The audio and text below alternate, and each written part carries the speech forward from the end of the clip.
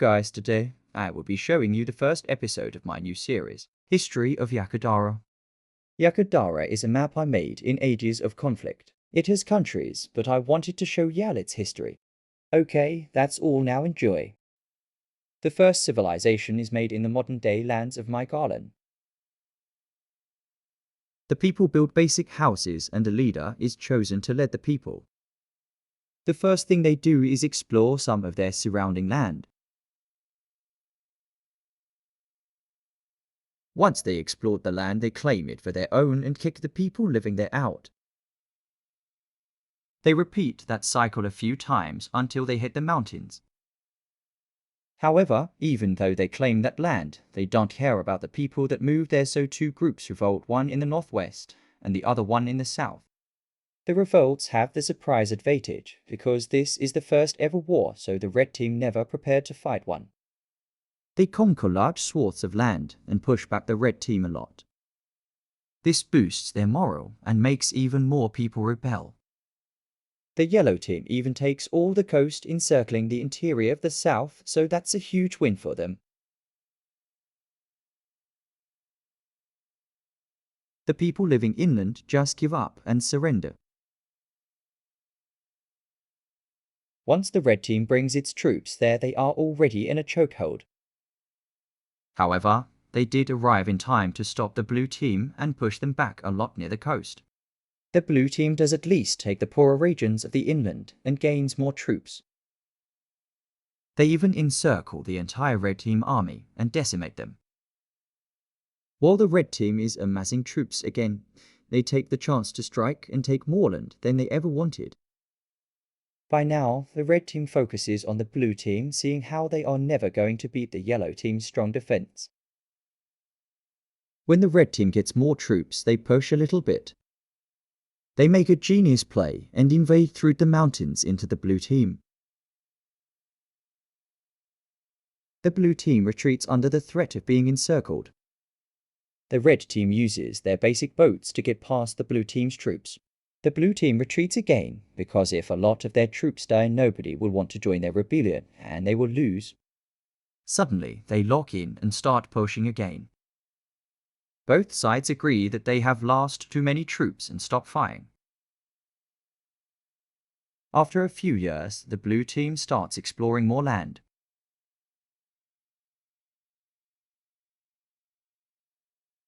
The yellow team also sends some scouts to explore. But instead of exploring the land, they explore the sea and find an island. They make a small settlement there.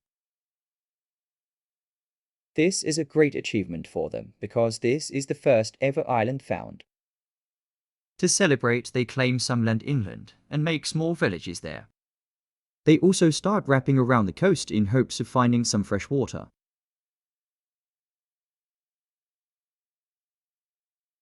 The red team realizes they're trapped and start going into the mountains to try and get out, but a lot of people die on the way up and they decide it's too costly. They take the land because they might as well.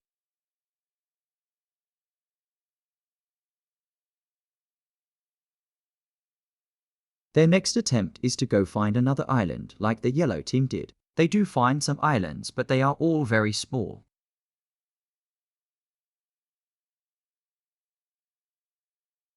The blue team keeps exploring down the coast, but eventually hits a desert wall. However, at the end of the grasslands, they make a small little colony to hopefully get past it and find new places.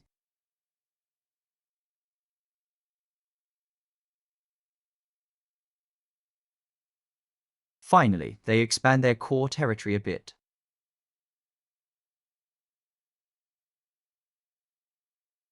The red team realizes something. There is a small passageway between the blue team and the mountains, and they quickly claim that land before the blue team can. The yellow team takes as much territory as they can, so the red team doesn't steal it.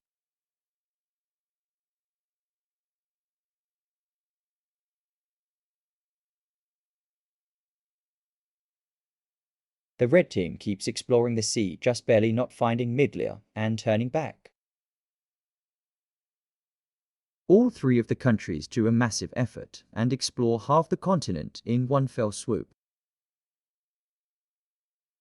The blue team colony isn't strong enough to go into the desert yet, but they try to help as much as they can by finding a large oasis that has a lot of fresh water.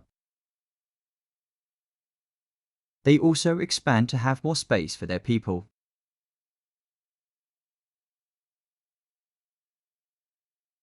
The blue team not wanting to fall behind takes a lot of useful land. In fact, all of the nations do for the same reason.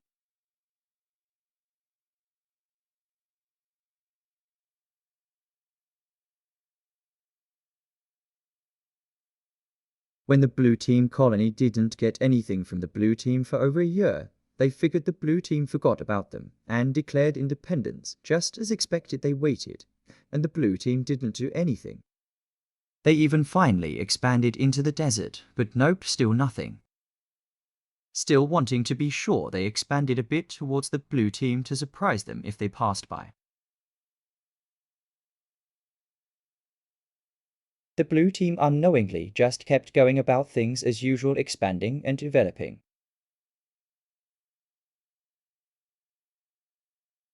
To the south of them there was a mountain range, so they hugged it until it ended. Next, they sent thousands of people to explore to the northwest and reach the Bay of Tuscasol.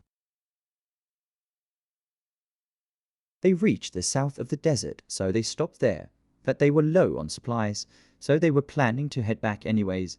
When they got back, they restocked, got some people from the red team, and headed south. Again, this was a huge success and was proof of how resilient the Yakadarans were.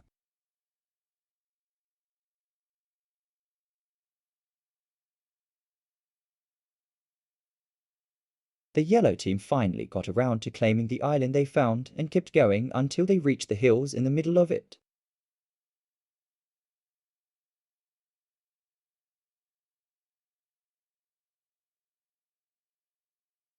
The red team also expanded, but they had a problem. Nobody was moving to the lands.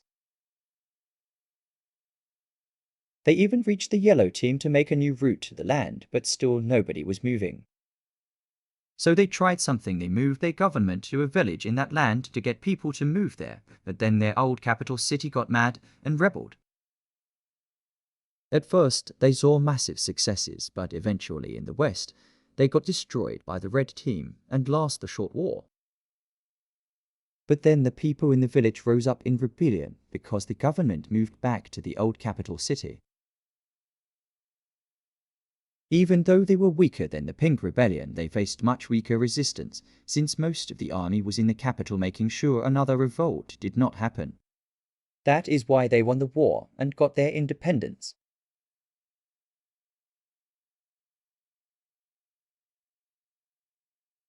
Immediately, they started expanding, trying to get people's attention so that they move there. The war was actually really good for their population, because people saw that they were capable at being their own country and moved there. The yellow team did feel a bit pressured about their expanding, though, so they also expanded. They went past the hills on the island and claimed it all. They also set for the seas, trying to find another island. Eventually, they found another one. This one was bigger, but they didn't think that they found a whole new continent. Once they realized how big it was, they made a little supply town on the island to help the settlers going there. The red team cut off again, tried to find another passageway, but there was none. The orange team expanded again. The red team tried the seas again, but this time they found Midlia. They were very excited because it was rich in resources. They immediately claimed it. They kept going, hoping for another rich island, but they didn't go far enough to find the other continents.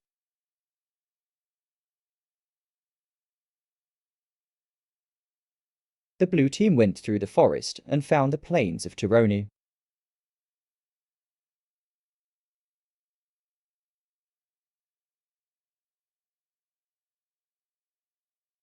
The green team expanded a lot, hoping to find the rest of the world they left behind.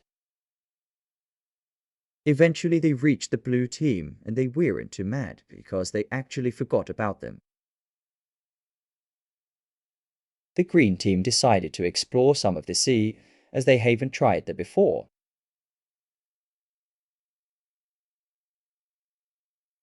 They made some settlements on the land they found.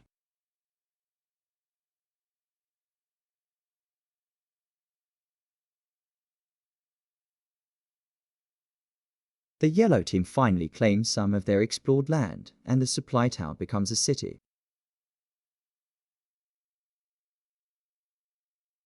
The orange team expands into the Great Plains of Hiran and are in a great position to dominate the continent.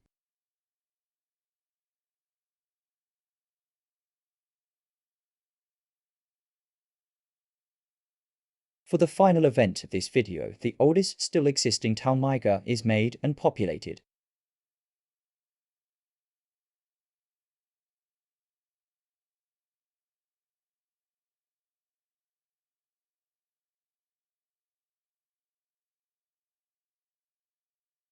Anyways, that's all for today. I hope you had a good time. Bye.